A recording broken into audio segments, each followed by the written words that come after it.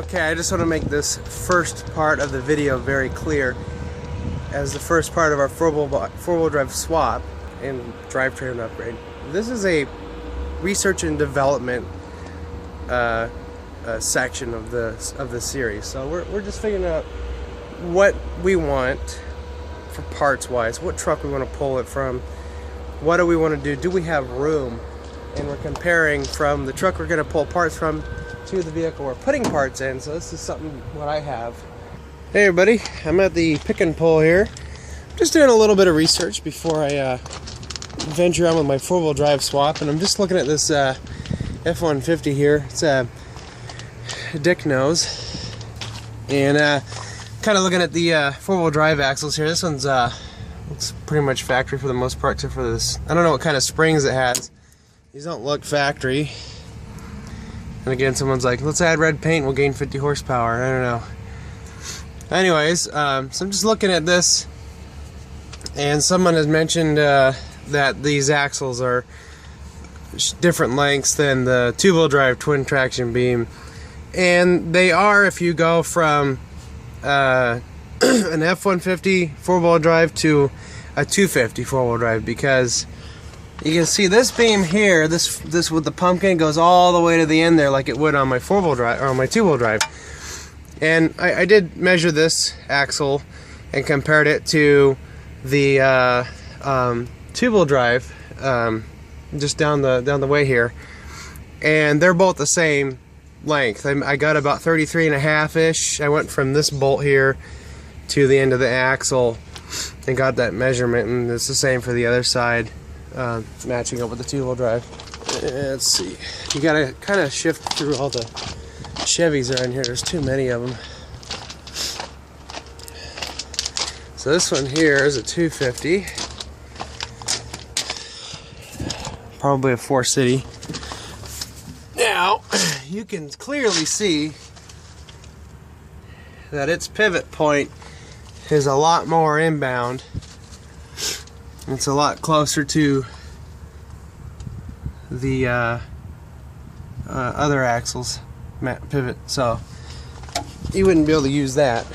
You would just, if you wanted a heavier duty setup, you would want to do a solid axle. But for me, I want four-wheel drive so I have it just in case. But I'm not really looking to go crazy, so I don't want a solid axle. I want to keep my independent axle suspension, but I want to add the four-wheel drive function.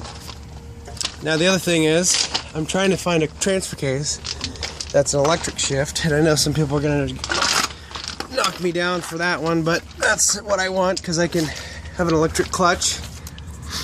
I'll go into fucking rocks, stupid GM stuff.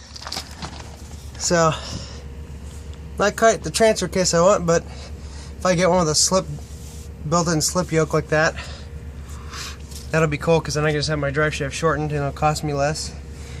But it looks like we'll need the cross member here, because this comes down more than the two-wheel drive. We're going to need to take an axle.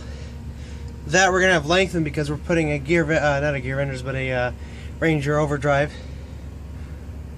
So we'll have to have that lengthened and then the rear shaft shortened. No biggie. So I got to find a newer F-150 with this similar transfer case, but a electric shift, and that should have a clutch, an electric clutch. And that's what I want, because I want to be able to have on-demand four-wheel drive. Because my idea is that if the weather's bad and I need four-wheel drive, I can leave my hubs locked during that time, but have the transfer case disengaged, and if I need it, I can flip a switch and have that transfer case lock up, and then I'll have four-wheel drive. So anyways, something like this is what I'm going to be looking at pulling parts from. I'll probably end up doing that maybe well, it's December now, so probably next month. We'll come out and we'll grab the drive shaft, we'll grab the axles. I'm gonna leave the brake calipers behind because I'll take the I'll have to, because I want to buy new calipers for the four-wheel drive. and we'll look at how much those cost. If the core is like $3 or really cheap, I'm just gonna leave the calipers behind. We'll just take them off, and we'll take the tie rods off. I think I could reuse my 2-wheel drive tie rods, so we don't have to worry about an alignment so much. We will get one done, but not, you know, it won't be an immediate thing. Actually, it will be. Never mind, because this is going to be at a different angle because I have a lift spring in mine. That's okay. I think maybe we'll tinker with it and get it close. So anyways, yeah. This one's got, you know, I think this one has the hubs that stick on the wheels. I don't know. All I know is I'll be buying hubs. I'm gonna have new hubs. So here's this side. It's pretty much the same. The radius arms are the same length. I'm not doing a sway bar or anything. I don't really need that. And I have new radius arm bushings on mine, but we're just gonna, these will get new ones anyways. I'll get polyurethane energy suspension ones.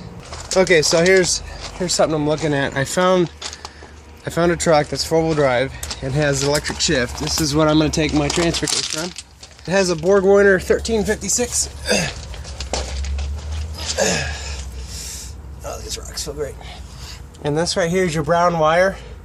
If you splice or cut this and then run a switch 12 volts to it on like a maybe 30 amp fuse or 20 amp, you flip that, it locks the clutch. And even as it is now, if you just lock the clutch, it'll lock this front shaft, you know, to everything else. So you'll have this active.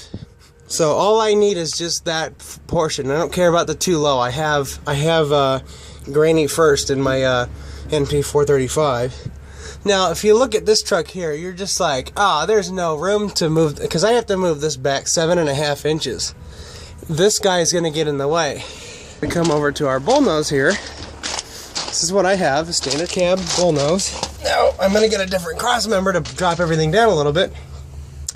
But if you look, there's way more room under here. So if I have to move my tranny case, or T-case, back, I've got all this room right here. So our transfer case shouldn't hit or rub up against anything. So, and that one has a slip yoke. So all I have to do is have my drive shaft shortened, and we're good to go.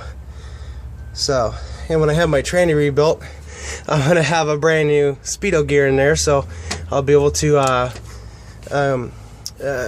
put a new gear on my Speedo and have a factory speedometer, and then the GPS speedometer I have now can be used for something else. But so I think that'll work out. So what year is this truck? 93. So a 93 F-150. I'll take my axles from. I believe I measured these. These are same length. This one would not be a good candidate, however. I don't know what happened, but the guy, this truck totally hit something, because look at the arm there's bent. That's all honk, and the beam's twisted. Yeah, so I would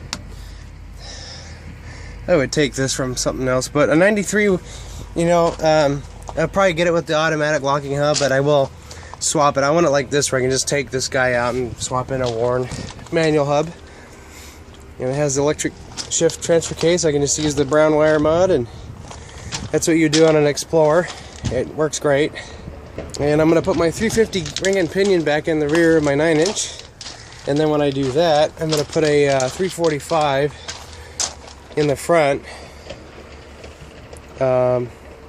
Yeah, something to that effect, plus or minus. What am I going for? Just a simple 4-wheel drive. I don't need anything crazy. I don't want to have to add a panhard bar and cut my cross member, and no. I just want to have a simple bolt and swap. But anyways, that's what I'm going for right now. I found the truck we want to pull parts from, so, or something similar, so cool. think this might work. We'll be adding a Ranger overdrive, so it's going to move everything back 7.5 inches. So what that means is that in my truck, we're going to have our shifter would normally be here. Well, he's going to be back here. And then right on the side, about here, we're going to have the overdrive. And then my idea is to not have a third stick, so I'm going to have an electric shift or flip of a switch transfer case with an electronic clutch inside.